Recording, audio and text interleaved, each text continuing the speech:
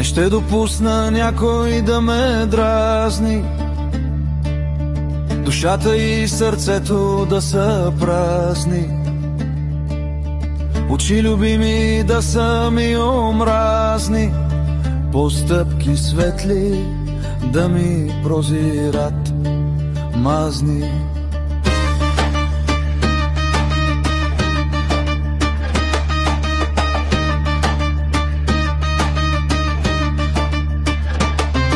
Тормозен по методики разнообразни, атаки скрити, също гадно явни, търсене на поводи и причини разни, годините да стават все по-гадни.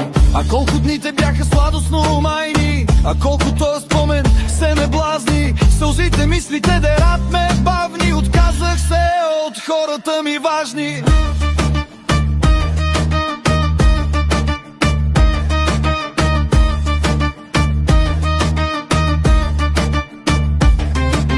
Кръвта, родината по най-са главни, преглъщах действия и мисли зъвни,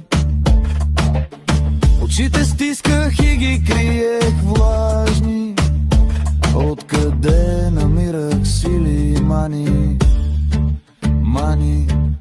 Сега се вдигат мисли все повластни, ръцете и ума събира смело данни, за мир и разбирателство са жадни, не искам и да чуя за въпроси правни. Очаквам с трепет дните да са славни, спомените да изтрия още мрачни. Ех, как потрибам братко длани, приятелите мои верни или знатни, да ги прегърна с очи си ясни, да кърпя техните им рани, да им се радвам кът са в синца сбрани, да вдигаме на здравици с ръките подбрани, да паза и почитам техните им тайни, да им помагам с усилия, ако се налага крайни. Да търся сила в мечтите страстни, не искам да разравям спомените прашни, не искам да връхлитат ме идеи страшни, идеите са общи, имотите са частни, метлата е за метене, но по-добре е яхни, каквото било с ръка си махни, спомените по балкони и по чужди бани, сега ще бъде друго и друго ще се брани. Където мърша има, почиства се от врани, съдбата, съдницата на масата ни кани, каквото е сега и утре различна е от лани. Бог е милостив и пак ще ни нахрани.